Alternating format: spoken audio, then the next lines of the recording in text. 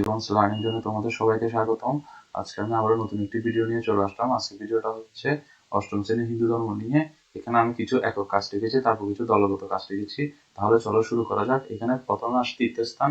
তীর্থস্থান নিয়ে এখানে একটু উদ্দীপক দেওয়া হয়েছে। আমি এখন তোমাদেরকে তীর্থস্থানটা পড়ে শোনাচ্ছি। তীর্থস্থান এমন এক বিশেষ স্থান যেখানে ধর্মের মানুষেরা ভগবানের আরাধনা ও পূজা করতে চান। তীর্থস্থানগুলো সাধারণত পবিত্র বা ঐতিহাসিক গুরুত্ববাহী স্থান হয়। উদাহরণস্বরূপ ভারতের কেদারনাথ মন্দির বা হিন্দু ধর্মের অন্যতম প্রধান তীর্থস্থান। এটি হিমালয়ের কোলে অবস্থিত এবং ভগবান শিবের একটি পবিত্র স্থান হিসেবে পরিচিত।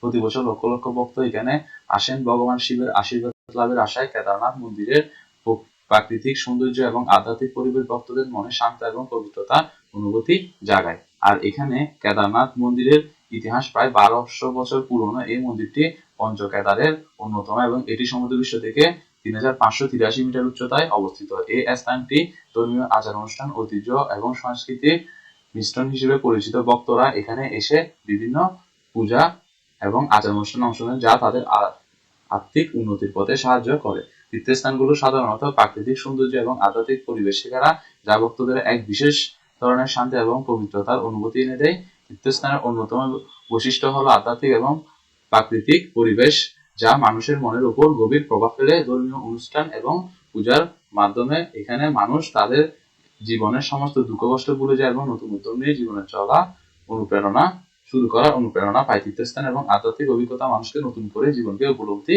করে। আচ্ছা, এখানে আমি প্রথমে তোমাদেরকে উদ্দীপক নিয়ে কিছু উদ্দীপকটা পড়িয়েছি। এখন কিছু তোমাদেরকে প্রশ্ন দেখাবো। তাহলে চলো, প্রথম প্রশ্নে বলা হয়েছে, তোমাদের প্রশ্নটা এভাবে আসতে পারে। প্রথমে একটা উদ্দীপক দেওয়া থাকে,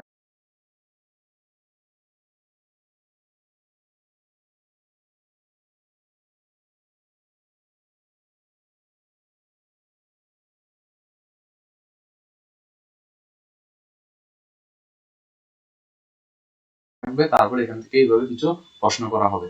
যেমন কাজ 1 এর মধ্যে কাজে তোমাকে বলা হয়েছে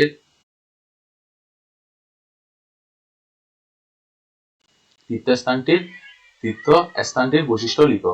এবং কাজ 2 এ বলা হয়েছে তোমার কেন তীর্থস্থানে যাবে বিশ্লেষণ করো। এবং তারপর বলা হয়েছে তোমরা তীর্থস্থানে গিয়ে কি কি করবে তার একটা তালিকা তৈরি করো। এভাবে তোমার একটা তালিকা দেওয়া হতে পারে, তুমি এখানে ওই তালিকাটার মধ্যে পূরণ করবা। আর আমি এখানে কিছু আনসার রেখেছি। এখন তোমরা যে উদ্দীপকটা দেখেছো ওটার আনসার হচ্ছে এটা।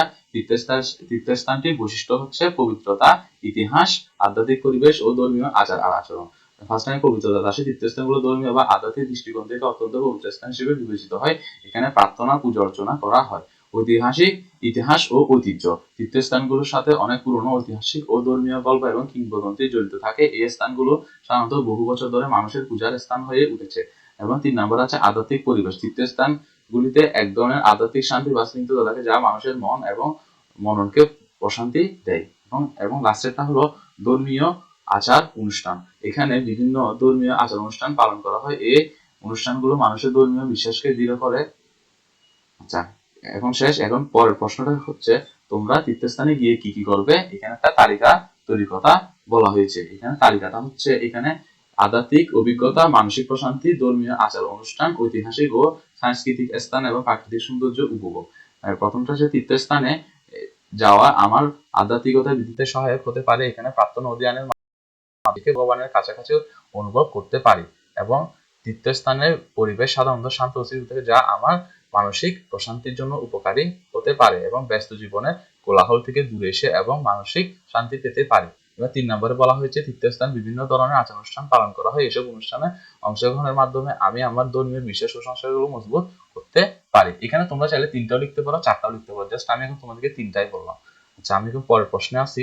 এখানে বলা হয়েছে তুমি তীর্থস্থানে গিয়ে কি কি করবে। এরকম তোমাকে একটা যদি তালিকা দেওয়া থাকে, এখানে একটা তোমাকে হয়তো বলে দেওয়া থাকতে পারে, বাকিগুলো তোমার মতো করে তোমার থেকে বানিয়ে লিখতে হবে। যেমন এখানে তুমি তীর্থস্থানে গিয়ে কি কি করবা বন্ধুরা মিলে, এখানে দলগত কাজে ওটাই বলা হয়েছে। এখানে উত্তরটা হচ্ছে আধ্যাত্মিক শান্তির জন্য ধ্যান ও যোগা বেশ করা, এবং যদি কোনো পবিত্র নদী বা জলাশয় থাকে সেখানে স্নান করা, তীর্থস্থান ধর্মীয় বক্তৃতা বা কীর্তন শোনা, তীর্থস্থানের মন্দির বা পবিত্র স্থাপনাগুলা দর্শন করা, পরিবারের সদস্য বন্ধুদের সাথে প্রকৃতির মাঝে বনভোজন করা। এখন তোমাকে প্রশ্ন আসতে পারে এখানে দর্শকতা সম্পর্কে নাম, সময়কাল, রূপ এবং অবতরণ উদ্দেশ্য, এগুলো তোমরা ভালো করে দেখবে।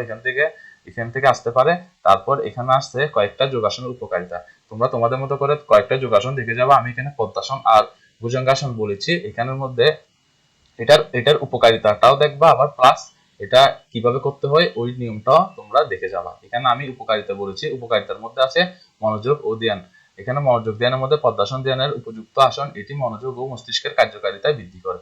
মানসিক শান্তি, এই আসনটি মানসিক চাপ কমাতে এবং মানসিক শান্তি আনতে সহায়ক। শরীরের স্থিতিশীলতা, পদ্মাসন শরীরের স্থিতিশীলতা এবং ভারসাম্য উন্নত করে। এখন আসি ভুজঙ্গাসন।